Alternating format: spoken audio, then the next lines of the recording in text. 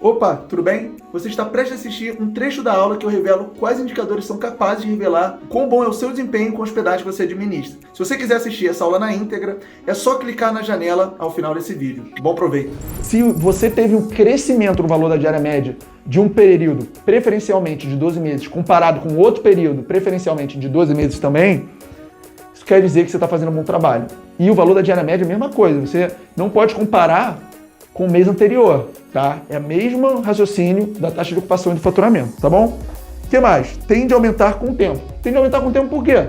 Porque você recebe mais hóspede, e aí se você fizer um bom trabalho, os hóspedes vão avaliar bem, e aí o anúncio, as plataformas, OTAs, Booking, TripAdvisor, Airbnb, Expedia, Vrbo, enfim, são vários, tendem a te dar mais projeção. Se você fica melhor posicionado, com o tempo, você vai ganhando mais avaliação, você tem condição de aumentar o preço, porque é o que eu te falei, o seu cliente tem uma percepção cada vez melhor. Por exemplo, uma acomodação com 5 avaliações e a mesma acomodação com 50, a com 50, por mais que seja a mesma acomodação com as mesmas fotos, a com 50 avaliações passa uma segurança, passa uma credibilidade muito grande para o hóspede. Então a de 50, por mais que seja exatamente a mesma acomodação das 5 avaliações, pode cobrar mais caro e provavelmente a de 50 vai estar melhor posicionada.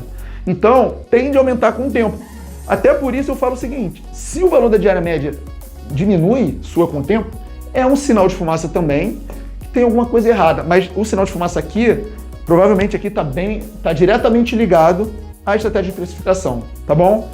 Então é bom ficar atento com isso. E mais uma vez, o coronavírus está aí para quebrar todas as regras. Eu estou falando tudo via de regra, mas com o coronavírus a gente tem que dar um desconto, porque o coronavírus, faliu muitos negócios, foi uma crise sem precedente histórico, então a gente tem que dar uma colher de chá, tá? Mas em via de regra, se não tivesse coronavírus, se não tivesse um cenário excepcional, é assim que funciona. Que dá também para fazer uma segmentação. Olha que interessante, e isso também me ajuda na estratégia de especificação, na verdade em um dos pilares. O que é aqui, ó? Segmentar por quantidade de hóspedes, que é um extra, assim como eu botei aqui. Isso é um novo indicador, que na verdade é uma derivação do valor da diária média, mas como? O que acontece? Eu tenho umas acomodações aqui que eu recebo até 7 hóspedes. O preço base da diária é um dos 4 pilares da estratégia de especificação. Então o que acontece? O que eu faço para tomar a decisão sobre o valor da diária base, o valor da tarifa base? Eu tenho que saber o que mais dá retorno para o meu negócio. Então, por exemplo, em uma acomodação, eu vi que fazia sentido botar o preço da diária base para 4 hóspedes. Então, o que eu estou dizendo? 1 hóspede, 2 hóspedes, 3 hóspedes, 4 hóspedes pagam o mesmo valor ali.